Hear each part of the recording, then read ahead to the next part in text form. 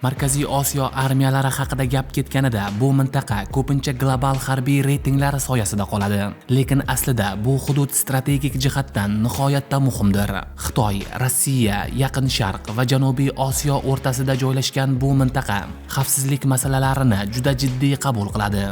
Global Firepower reytingi shuni ko'rsatadiki, Markaziy Osiyo davlatlari armiya soni jihatidan gigant bo'lmasa ham, hududiy mudofaa, tezkor safarbarlik va ichki barqarorlikni saqlashga moslashgan. Bugungi dasturimizda biz Markaziy Osiyoning eng kuchli armiyalar reytingini ko'rib chiqamiz. Hammaga mashhur Habbatus Sauda brendidan Assa Premium mahsuloti, haqiqiy tabiiy asal va qora sidananing mukammal uyg'unligi, prostata muammolari, jinsiy zaiflik va bepushtlikni oldini olishga tezkor yordam beradi. Ta'siri dastlabki kunlardanoq sezila boshlaydi. Bizning maqsadimiz sog'lom hayotga tabiiylik bilan erishish. Buyurtma uchun quyidagi raqamlar orqali bog'lanishingiz mumkin. 5-pog'onada Tojikiston armiyasi joylashgan bo'lib, bu armiya mintaqadagi eng kam resursli bo'lishiga qaramay, real xavfsizlik tahdidlari sabab doimiy safarbarlik holatida turadi. Tog'li hududlar va Afg'oniston bilan chegara xavfsizlik strategiyasining markazida bo'lib, Tojikiston armiyasi son jihatidan kichik, ammo hududiy mudofaaga qattiq moslashgan. Reytingimizning 4-o'rnini Qirg'iziston armiyasi egallaydi. Tog'li geografiya bu davlat armiyasining butun strategiyasini belgilaydi. Qirg'iziston qo'shinlari tezkor harakat, tog' sharoitida jang olib borish va chegara nazoratiga ixtisoslashgan. Global Firepower ularni kichik, lekin moslashuvchan armiya sifatida baholaydi. Reytingning 3-pog'onasida Turkmaniston armiyasi joylashgan bo'lib, bu davlat son jihatidan kichik bo'lsa-da, harbiy texnika zaxirasi va mudofaa xarajatlari nisbatan yuqori ulushi bilan ajralib turadi.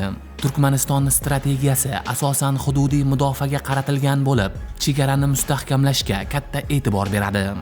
Ularning armiyasi tashqi tahdidlardan izolyatsiyalangan, ammo ichki himoyaga yo'naltirilgan modelga ega. Markaziy Osiyo armiyalari reytingida Qozog'iston armiyasi 2-o'rinni egallaydi.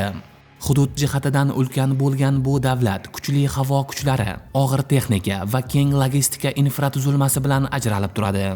Global Firepower Qozog'istonni mintaqadagi eng texnik jihatdan jihozlangan armiyalaridan biri sifatida baholaydi. Katta hududni nazorat qilish zarurati bu armiyani mobil va mexanizatsiyalashtirilgan modelga o'tkazgan.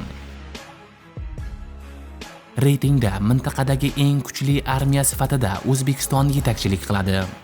Global Firepower baholariga ko'ra, O'zbekiston armiyasi Markaziy Osiyodagi eng muvozanatli harbiy tizimga ega. Katta quruqlik qo'shinlari, rivojlanayotgan mudofaa sanoati va strategik joylashuv mamlakatni mintaqadagi asosiy harbiy tayanchga aylantiradi. O'zbekiston armiyasi ichki barqarorlikni saqlash, chegara xavfsizligini ta'minlash, tezkor safarbarlik qobiliyati bilan ajralib turadi. So'nggi yillardagi modernizatsiya jarayonlari armiyaning texnologik darajasini sezilarli oshirib kelmoqda. Markaziy Osiyo harbiy muvozanati shuni ko'rsatadiki, bu yerda gigant armiya emas, balki geografiyaga moslangan, ichki barqarorlikka yo'naltirilgan qo'shinlar ustun turadi. Har bir davlat o'z xavfsizlik xaritasiga qarab armiyasini quradi. Kimdir keng dashtlarni nazorat qiladi, kimdir tog'larni, kimdir esa uzoq cho'l chegaralarini. Bu yerda zamonaviy mintaqaviy strategiya global urushga emas, balki tezkor javob, terrorizmga qarshi kurash va chegara xavfsizligiga qaratilgan. Va aynan shu omillar Markaziy Osiyodagi kuch muvozanatini belgilab beradi. Bugungi kunda bu armiyalar bir-biriga qarshi emas, balki birlashib yanada kuchliroq bo'lishga intilmoqda. Nima deb o'ylaysiz? Markaziy Osiyo armiyalari birlashsa qanday kuchga ega bo'ladi? Fikringizni izohlarda yozib qoldiring. Keyingi videolarda ko'rishguncha